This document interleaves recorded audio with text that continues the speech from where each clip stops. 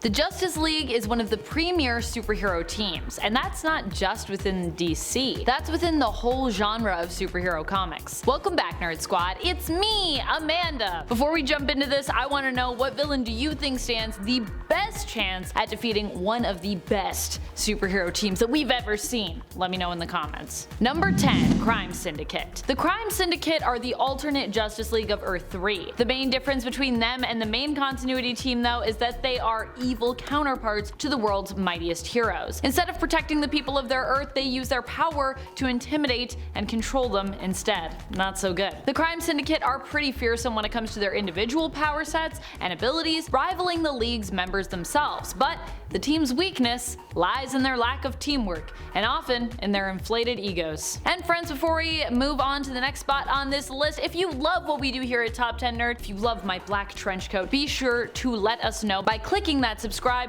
and hitting that like button. Number 9, Ra's al Ghul, or Ra's al Ghul if you prefer. Ra's al Ghul is traditionally thought of as a Batman villain exclusively, but he's also threatened the whole world before. And he's also threatened the whole Justice League, managing to quickly get rid of all of them using Batman's own intel, which Ra's stole. Ra's al Ghul becomes a JLA villain in the story JLA Tower of Babel. Here he uses one of Batman's strengths against him, and in so doing manages to defeat almost the entire League, except for Batman, who manages to figure out what's happening and in the end eventually put a stop to it before Ra's is able to fully execute his plan. The really crazy thing is, while Ra's did hope to defeat the League, he really just wanted them out of the way so that they wouldn't stop him. So killing the League wouldn't have even been his main focus here, but imagine if it had been his main focus. The other interesting element in Tower of Babel is it also kind of implies that while being team leader, Batman is also kind of a villain to the team, and even if Raz's plan ends up being stopped and the League recovers from the temporary defeat, Ra's at the very least did manage to destabilize the team by turning them against their own leader, Batman, who is forced to leave the team as a result of the fallout. So in a way, he kind of won that. Number 8, The Flash. Although it feels weird to include Wally West's Flash on this list, sorry Wally, he was for a short time a Justice League villain, or at least an antagonist, and without meaning to be, kind of an effective one too, although at the same time also being a victim himself here. This all went down in Heroes in Crisis, where Wally's own burden of knowledge of the previous continuity caused him to uncover records of trauma suffered by his fellow colleagues. Overwhelmed by emotion, Wally loses control of his powers, killing some who came to the Hero Therapy Center known as Sanctuary for counseling and treatment. Although, like I said, he didn't really mean to. And later he was like, I gotta make this right. And he did make it right, so he's good. It's good now. Number 7, Lex Luthor. Many people see Lex Luthor as simply Superman's nemesis, but the truth is, his genius and ambition has also driven him to take on the whole League before as well. In fact, Lex has even been driven to make his own team to rival the League from time to time, being sometimes known as the leader of the Legion of Doom, depending on which continuity and which roster we're talking about, though it should be noted he was the leader of the original incarnation of that team that first appeared in the 70s animated series Super Friends. And even beyond that, Lex was also famous for targeting the Justice League with his Injustice Gang of the World in the 90s comics, which was actually brought together by Lex for the sole purpose of destroying the whole Justice League. So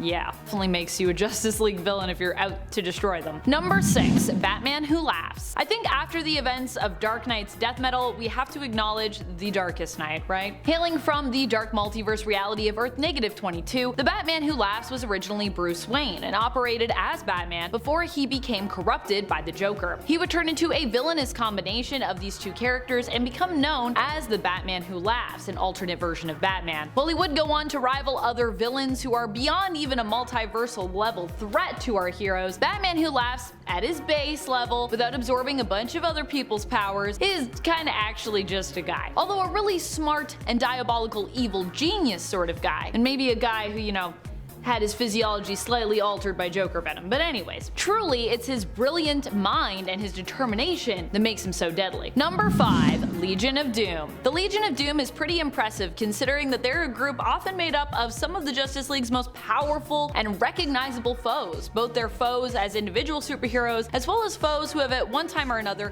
threatened the entire Justice League. You know, like Lex Luthor. The Legion of Doom is often seen as competition to the League, being the evil version of the team team who often seek to do things their own way, a much more sinister way, usually, but sometimes also seek to rival the League's achievements, operating in the name of the greater good. However, even when they're doing that, they're still kind of, against the League because they're like, we're better than you. So, yeah. Number 4, Pariah. The crazy thing is Pariah originally was just a scientist who wanted to help save the multiverse, or at least warn people about its destruction, but in so doing, he kind of became driven mad by its inevitable end. Pariah is the one behind the death of the Justice League in the Death of the Justice League story arc, which happened recently, which builds up to the Dark Crisis event. He succeeded where many have failed as major Justice League antagonists. He actually managed to, kill the Justice League. Perhaps this was possible for Pariah because his motivation to do so was so strong. He wasn't actually killing them out of hatred or because he felt, they were in his way or they had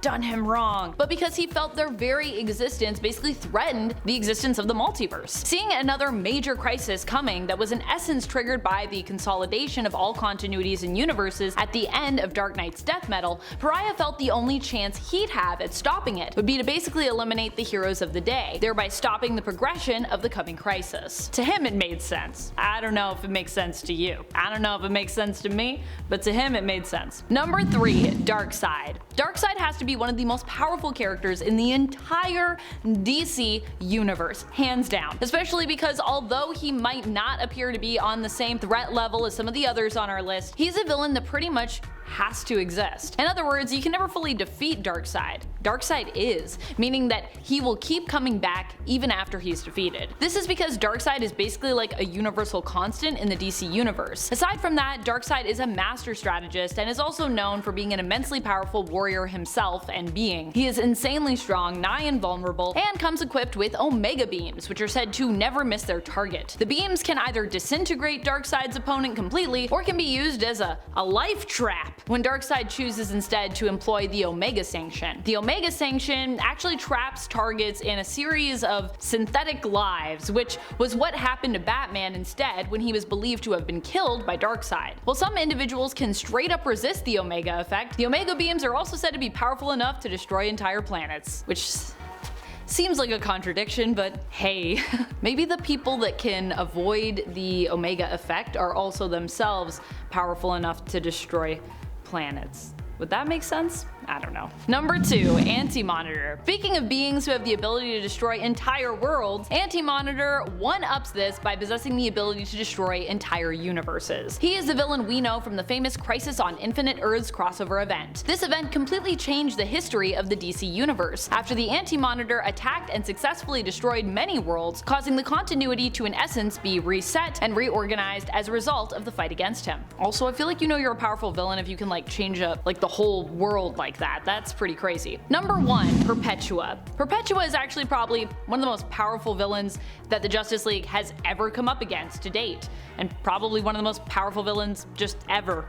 Period. End of statement. She is the mother of the Anti-Monitor, Monitor or Over-Monitor, and the World Forger. Perpetua is actually believed to be one of the most fearsome beings in all of the Omniverse. Never mind the universe or even the multiverse, the Omniverse. The Omniverse holds within it all the known multiverses in existence for those that believe in that. That being the multiverses that are not just DC, but DC, Marvel, any multiverse you can imagine that exists, including our own. Which means, yeah, Perpetua is basically on a whole other level. While she was defeated in Dark Knight's death metal, Perpetua is still seen as being a foe possessing nigh omnipotence, with her even being implied as the creator of the universe, having likely been the hand of creation involved in sparking the Big Bang. She was tricked by the Batman Who Laughs and manipulated by him into giving up all of her crisis energy power, thereby in the end being defeated, but still, at base levels, she would be considered one of the most powerful beings in the known Omniverse. Even though now, she got put in the Source Wall and it got destroyed, but still, I still think we need to tip our hats. Sure, she'll be back at some point. So many powerful rivals and enemies of the League, so little time. Thank you so much for watching, and until next time, you stay nerdy, YouTube. Bye!